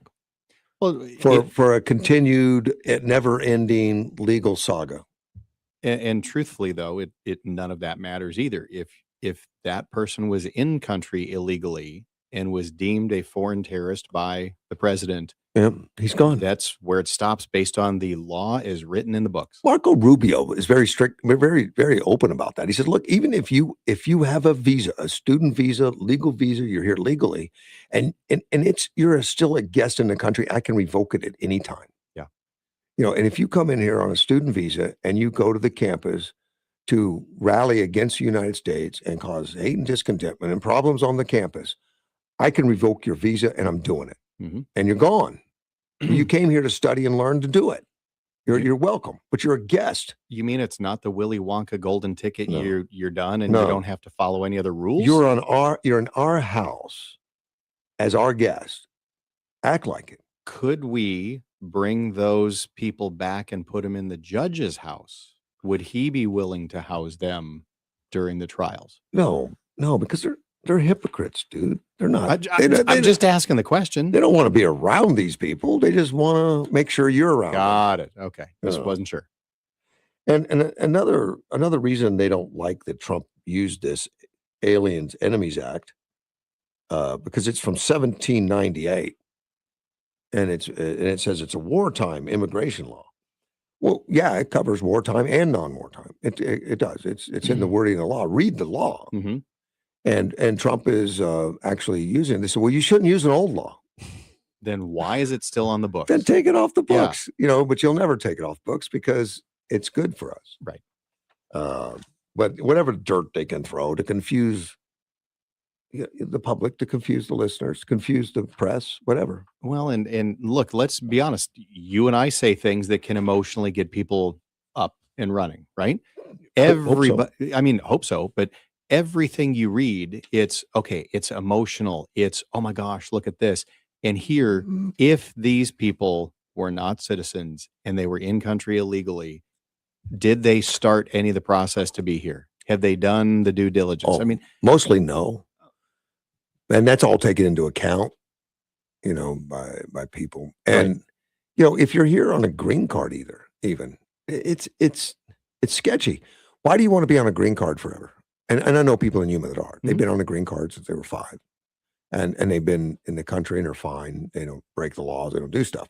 But if something ever happened where you got drunk and hit a pedestrian, you're going to lose that green card privilege. You're gone. Yeah. Why risk it? But what you're saying is those people, and again, some of my best friends, same thing. So you're here following the rules and the law. You're applying for the green card. You're here correctly and legally, and you're paying into and part of the system. Great. If this is your home, though, make it legal. And I've taken people to Marcy Rios. Marcy Rios is a guy that volunteers to help people through the process of becoming a legal citizen and taking the oath. And I've helped people do that. And they didn't realize it could be done as simply as it is. But it is. If you have a clean record, you're a good person, you're working, and you have a green card, you're in here legally, you can make it permanent, and then you never have to worry about it. It's done. Yeah. Seems like a great thing to do. Oh, gosh. And again, and here's the welcomingness of this country, again, it's sad that we fight back and forth so much against each other instead of, hey, let's build this together because we really do live in the greatest country on earth at the greatest time in history. Guys, we're still the beacon that everybody else in the world wants to be. Yeah. Well, and that's so funny because, we got Olympic athletes overseas saying, there's problems with America. It's terrible. I'm just not happy with what's going on. And yet you got millions of people dying to get here. Mm-hmm. What's wrong with that picture? In fact, we've got a lot of the awfuls. What is that? The white liberal women out there screaming and yelling that minorities are being mistreated and that so it's horrible to live as a minority in this country. Every minority in the world is trying to get here. Which one's correct? Yeah. Which one's right? I think the awfuls have just got an ideology that's just screwed up and wrong. And I guess they've got guilt for having success when these other people don't have as much success as they do. So it must be related to my skin color, not hard work and Not ethics. hard work. Yeah. Unfortunately, the awfuls. I heard one screaming the other day, one of the awfuls. Like, where are all the men? We're out there doing all the work. Why are the women doing all the work? And yet they can't even describe what a woman is. I'm looking like, you can't even give me a definition of a woman. You silly girl. And out there crying with her purple hair and nose rings about no, not enough men are protesting in the streets for the people that won't protest for themselves. Some of these protests are interesting to watch the organization against things as well. Yeah.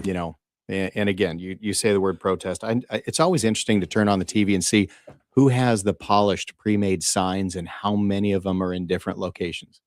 Oh yeah. I mean, there's so much money in it now, and they've uncovered more and more of the a lot of it's coming from China, believe it or not. A lot of that money to disrupt America. But wow, who go figure? Yeah. To cause chaos and problems in the streets for Trump. China hates Trump because Trump is onto the games. So they're going to discredit him and they're going to buy Americans to do it. And these guys follow it, not really understanding. Because I believe they are passionate about the cause to save these poor little families that are here just to get a better life, along with the thugs and the rapists and the criminals and the fraudsters, the Leering centers and all that stuff. The Leering centers, that's a good one. Yeah, it is. So when you step back and look at it, we can be super frustrated about all of it, but are we following the laws on the books? That's the key, but that's not what the left looks at. And that's why I say, if you just let's all tone it down a little bit, read the law, all of it. And the laws can be adaptive and changed and all that. And our founding fathers left that for us to do that, or even to amend the Constitution itself. And that's all available. But there doesn't seem to be a focus on that logic. There's more of a emotional focus, and we'll just get it through a judge, or we'll just defy the laws. Yeah, because it makes sense in this case. And that's the problem is, we don't want to follow that law. Let's not follow that law. Wait a minute. We follow the laws we want to. That's it. Yeah, and that's an awful argument. Yeah, and then that's where the awfuls come from. Yeah. Well played. I got to take a break. We'll be right back. Forecast for tonight, increasing clouds, 62, few showers possible early tomorrow, high of 73 on Friday, clear and 48 on Friday night, sunny and 78 on Saturday, partly cloudy and 79 on Sunday. Crime is already skyrocketing in 2026. Now, you may already own a firearm, but before you face the financial, the legal, the emotional weight of pulling that trigger, there is new technology, a smarter option. It's non-lethal, BYRNA.com. Berta makes less lethal launchers. It fires tear gas, pepper spray, kinetic rounds. It is designed to stop an attacker for up to 40 minutes. That gives you time to escape. That gives you time to get help without deadly consequences. Now, remember, it fires at 400 feet per second, and it has serious stopping power, enough to shut down a threat very fast without the legal, moral complexity of using lethal force. And every single launcher hand-assembled in beautiful Fort Wayne, Indiana. Legal in all 50 states, no background check, and they'll ship it straight to your door. Just go to byrna.com today and find the right launcher for you and your family. That's byrna.com. To be a part of Russ's show, call 928-344-5258. That's 928-344-5258. What's up, Yuma, and hello, Russ Clark Show listeners. Johnny Porter here, and I just made the switch to Aloe Fiber, and it's a game changer. Lightning fast speeds for streaming, working from home, and gaming. No buffering or slowed down speeds. It's time to ditch the glitch and switch to Aloe Fiber.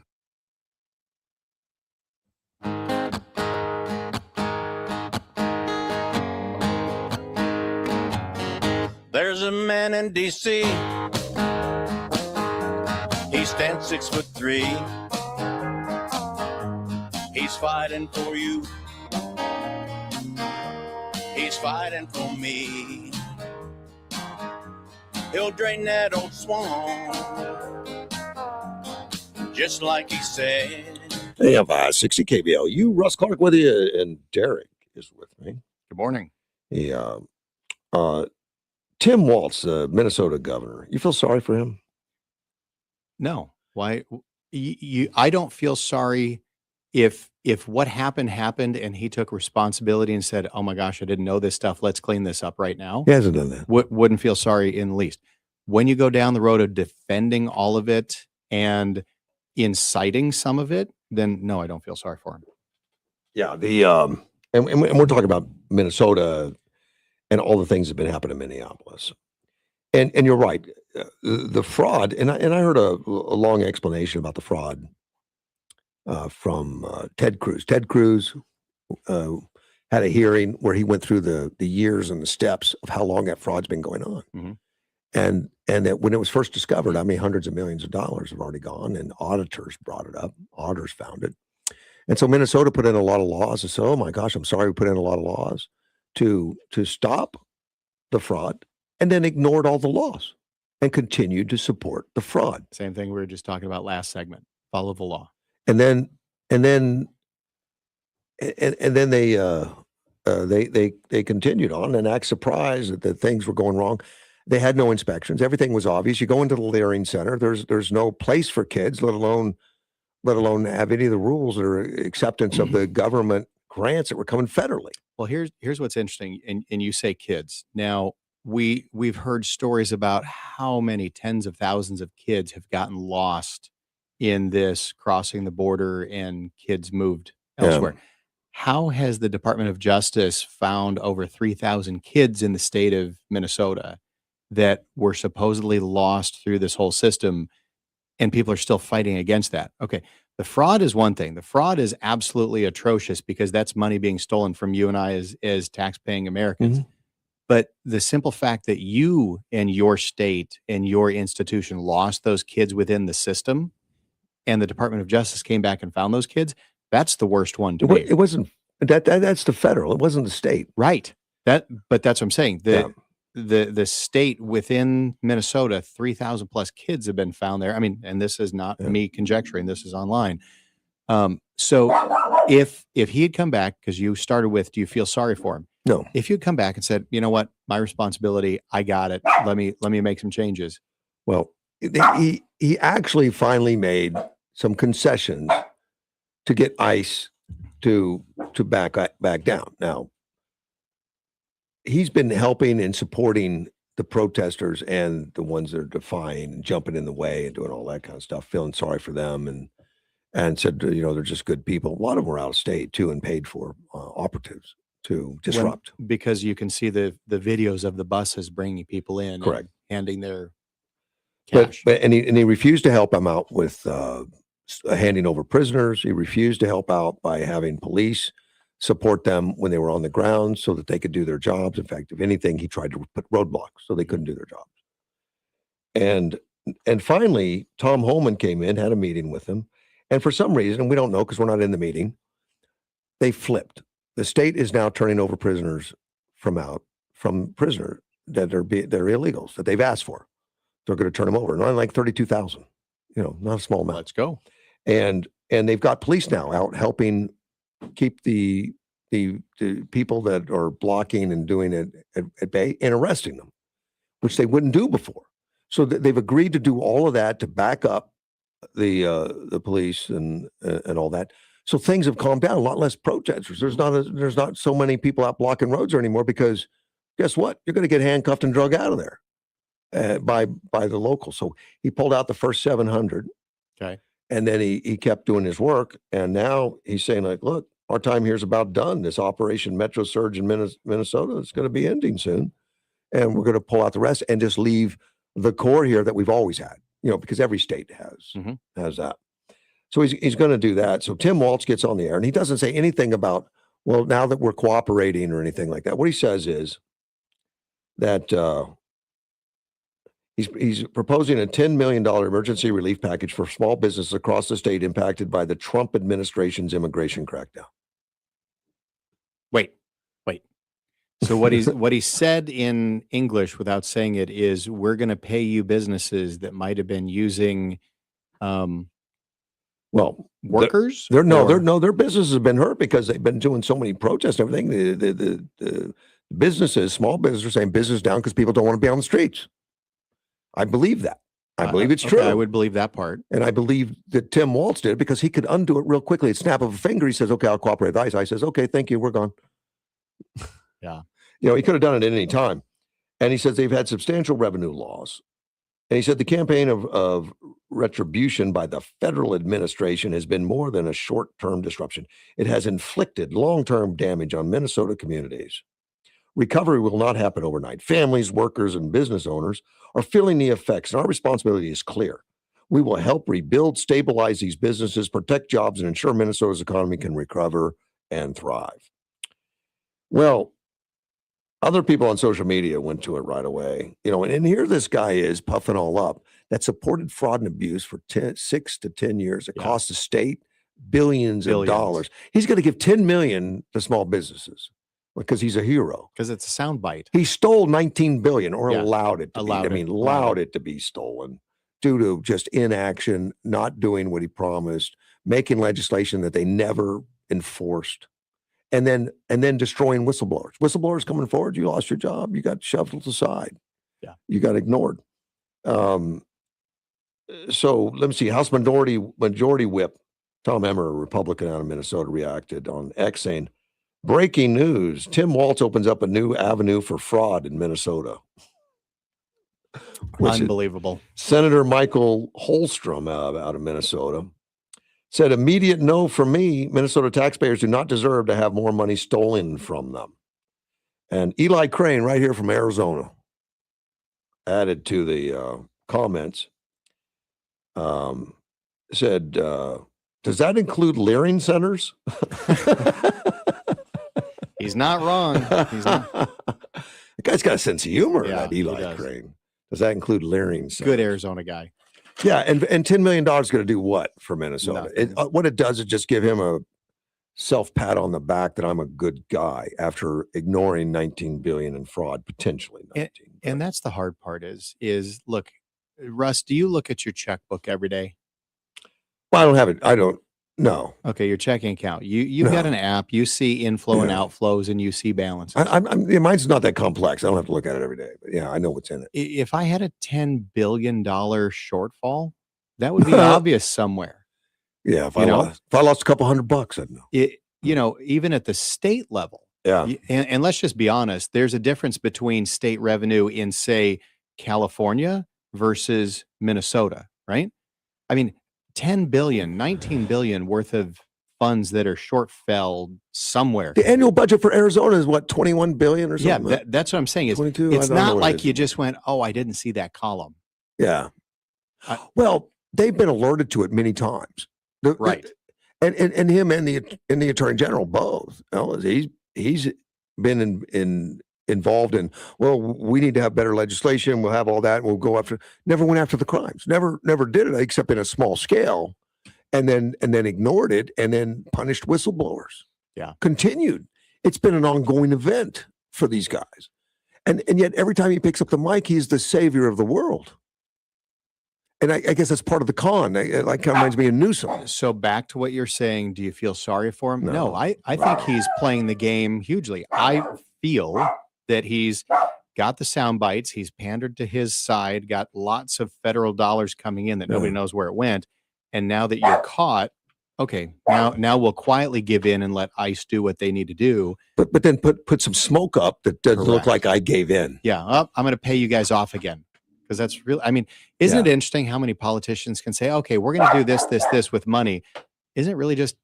It's not their money. Yeah. So it's very easy to go, you know what, Russ, I'm going to give everybody a free battery out of your shop.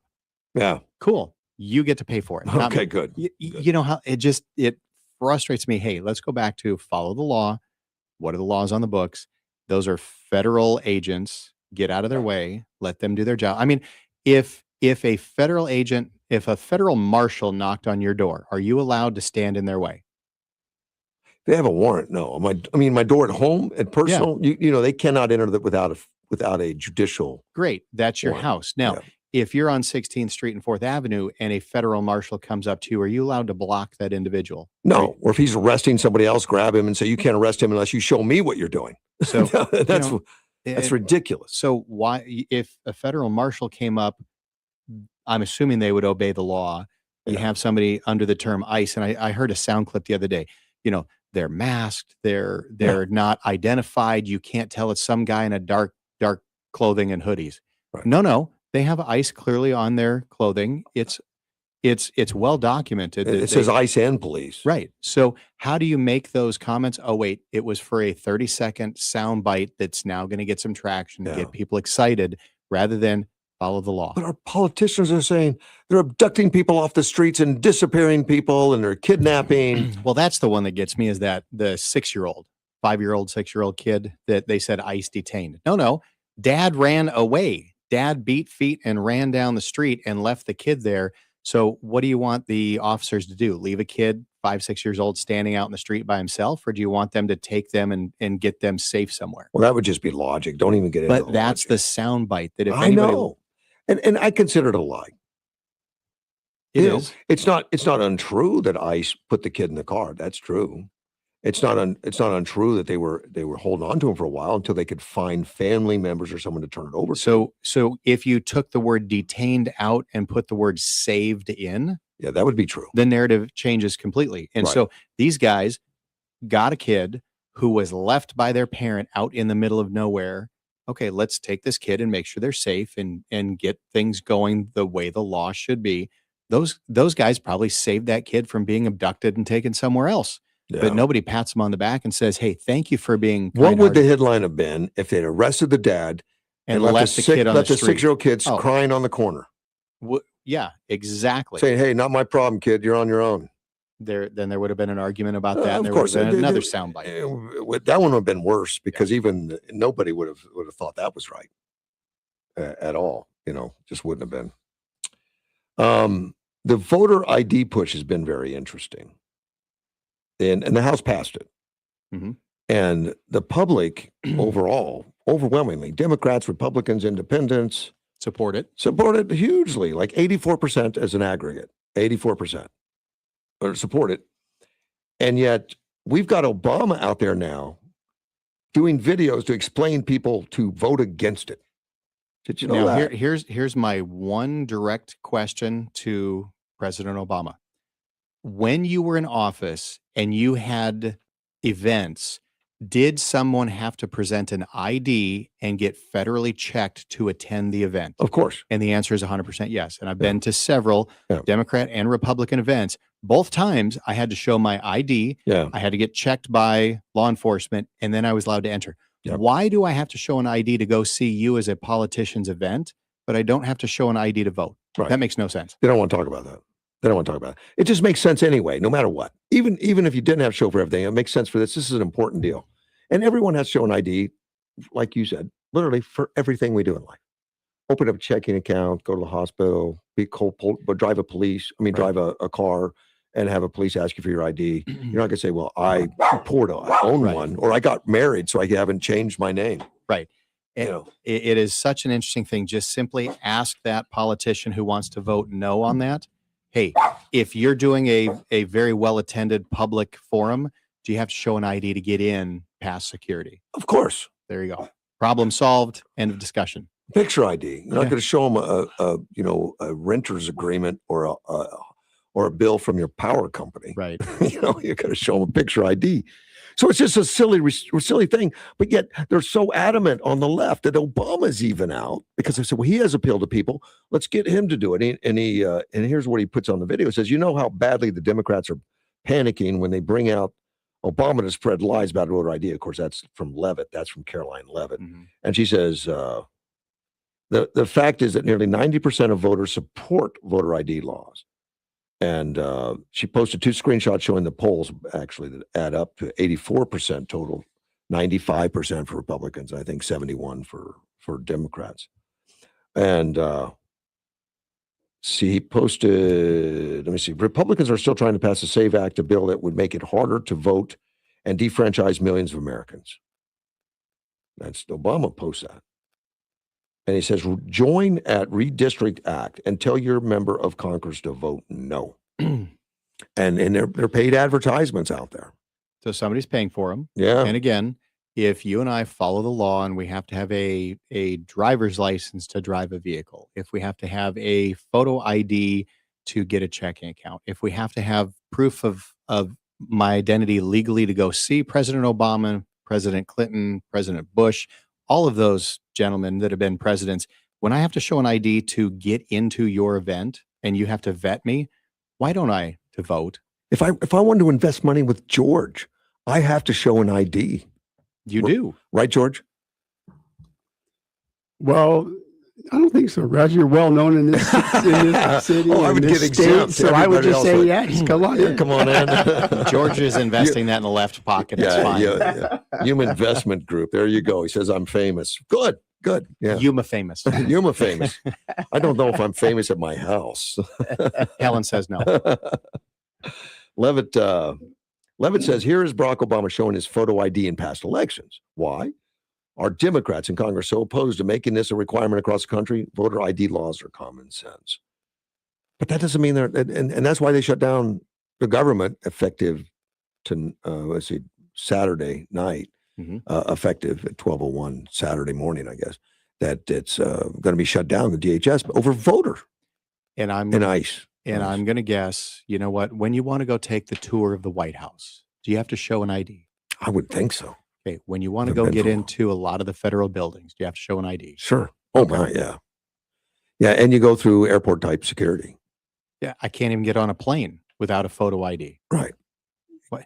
You guys are the ones that helped put all the men and women in blue at the airports to make sure that we're all safe. And if I have to show an ID to get on a plane to go on vacation, it should be okay to show an ID to vote. But you know how the Democrats, years ago started saying like, well, it's just too hard on minorities because minorities don't have IDs.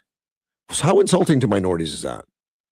Yeah. Are you really saying that the people you're protecting are the ones who are not intelligent enough to get an ID? Yeah. And and they're the ones that are voting. But now they've changed that. They don't say minorities anymore because they realize how insulting it is. We have all these minorities out there going, what are you talking about? Yeah. But now it's women that get married. Women who get married don't have IDs? Well, they have to change their names and they might not be able to vote because their name's changed. Yeah. Which is a lie. I don't know what state that's in, but it's kind of commonplace for women to get married, change their names, and sometimes have to carry a marriage certificate or something until they get it official. And you go to the Social Security office, you change your name, and typically you're filing taxes. It's kind of routine. Women do it all the time. And if you don't change your name, unless you're a Democrat. So what you're saying though is they had an ID before, and if they got married, it's too complicated to change it. Well, that's if you get married and want to change. You don't have to. Correct. You could leave it where it is, but most women traditionally take on the name of their husbands. They do. Still do. Happens. I don't know how many. What did percentage. Helen get her name changed? She did. And they had to go through that whole mess of changing. So you're fine. And change investments, change her driver's license. But you got it done. Yeah, she did. I left her on her own. I didn't change my name. She got it done. Okay. Real quick, Trump is got a $12 billion rare earth plan to target China and all that kind of stuff. He, you know how we have a strategic petroleum reserve? Yes. He wants to do the same thing for rare earth minerals. I think that's a great idea. Yeah. Wonderful idea. I'm sure the Democrats going to hate it for some reason. I'm sure one of them will drain it down to nothing. But right now, we get something like 95% or something of all our rare earth minerals out of China because we really haven't allowed exploration or mining and all that. Now, that's changing. We've gotten a lot of that started. And we have plenty here in this country. Alaska all over the has place. 57 of the 60 rare earth minerals available to And be there's mined. a whole lot of them not lot of that it. far from here. And in our new state, Greenland, they got a lot. Okay, it's not a state yet. I don't know if it ever will be. But I think there's it's a going to good be talking there's point. going to be some mining opportunities there, and I'm sure there's going to be some opportunities to do that. And Trump is wanting to put in strategic reserves. You know, in the strategic reserve on the petroleum. Yeah. When Trump was in office, it was like 650 million barrels in there for a total capacity potential of 700, but it was around that, and he kept it and kept it up and kept bumping it up a little bit. Obama drained it down to less than 400 billion, down in the 300 million range, for political reasons to keep oil prices down. You know, gas prices down. Oh, gas prices Well, down. and that was when Biden drained it to almost nothing because he said it would lower gas prices 10 cents. Yeah, and that's about all it did. Great thing for what, a week? But now Trump's been in office for a year, Mm-hmm. and to great expense to his budget, he's got it back up to 415 million barrels because he realizes the importance of it.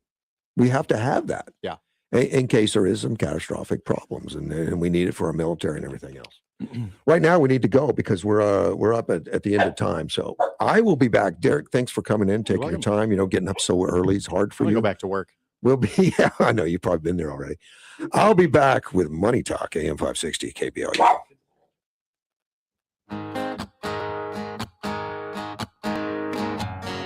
There's a man in D.C. He stands 6'3". He's fighting for you.